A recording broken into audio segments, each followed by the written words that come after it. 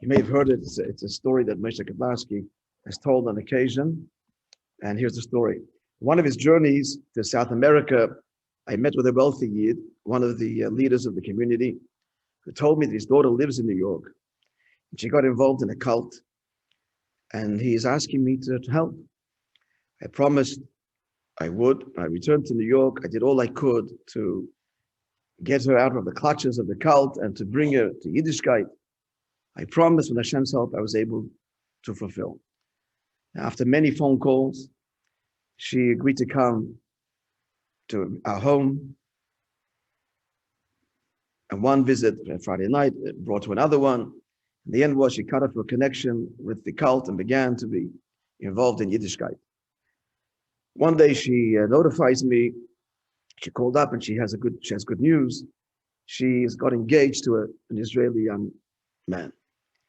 And she said she wasn't from at this point, but she was on the journey. And she said they both decided they want to make the wedding Kedasu Kedina Pi Halacha.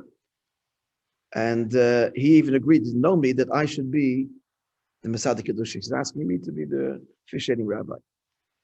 I said, I'm very happy to accept it, but I would like to meet before the wedding with the chassan to get to know him. I want to talk to them about what's required to establish a Jewish home, I guess mikveh and so on.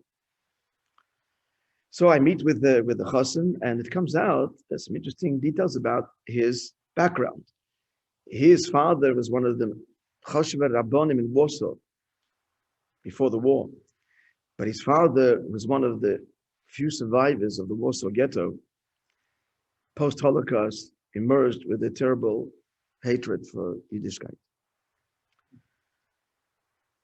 And that's what he's telling me his background.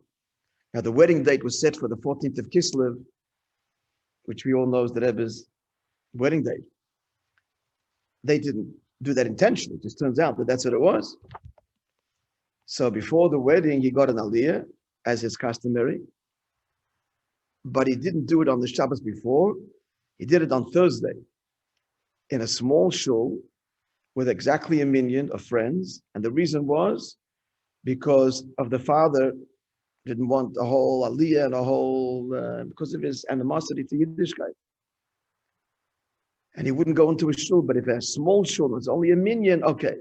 But he didn't want a whole Yiddish, a whole tararam, a whole trask. Okay. The day of the wedding, I sent a note into the Rebbe, Rabbi Ketlarsky, and I'm saying it's a wedding in New York. I'm going to do a wedding this evening. And I wrote briefly the story, the background of this couple, and the young fellow, and his name, his grandfather was a Rav in Warsaw. That day they went to the oil, his chassan day. After midday, Rabbi Krinsky calls me from the Rebbe's car. He says, there were no cell phones in those days. The Rebbe had a phone in the car. This was very rare. Rabbi Krinsky should call from the car. And he has an answer from the Rebbe on my note. And the Rebbe says that this grandfather was at my wedding. And he gave me, and the Rebbe writes in the note, he gave me a gift, a sefer that he had written.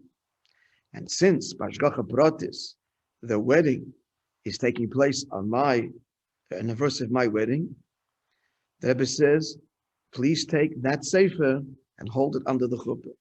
The grandfather represented under the chuppah. They wrote exactly on which shelf and on which cupboard, which shelf, which to next sefer to find it. He said next to the Medrash Tanchum. Rabbi Groner, so he went into the Rebbe's secretary, Olav Shalom, went into the room, took out found the sefer, and gave it to me. And I go to Manhattan, which took place, he says, in a very expensive hotel. Before the chuppah, the Kabbalah's panim, the chassan approaches me and says to me, just please understand, my father's not participating in the chuppah at all. So no brachas for him, no participation, nothing. So I said, okay, I won't ask the father and I won't push him to participate. So at the Kabbalah, the reception before the chuppah, the chassan says, would you please say a few words to everybody? And for many of them, it was the first time that they were attending a kosher chuppah. all their friends and relatives, I guess they were all non-observant. So I was very happy to speak.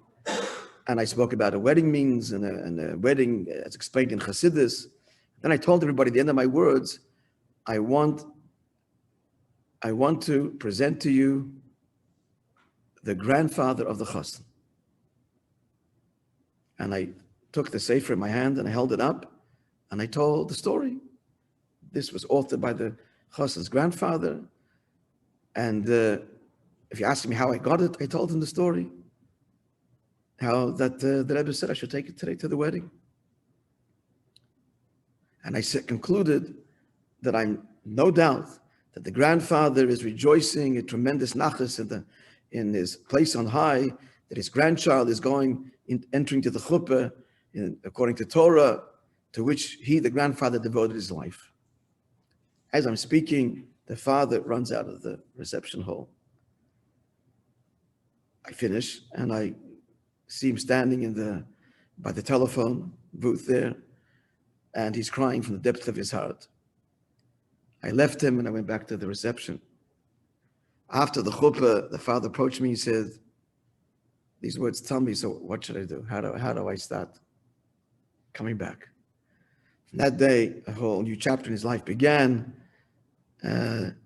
He, the son of the Rav of WARSAW, of WARSAW. A wonderful day. Rabbi Michelle, that would be particularly poignant for you, as your ancestry were Rabbanim in Warsaw for 900, 1,000 years. The Shor Rabbanim. So Thank you, Rabbi. I'm sure you find a personal connection there. Thank you. Kol Tuv should be gebenched. Amen. Magnificent story. Magnificent story. God bless you, Rabbi. And all the very best to all of you. Have a blessed day. Amen, all of us.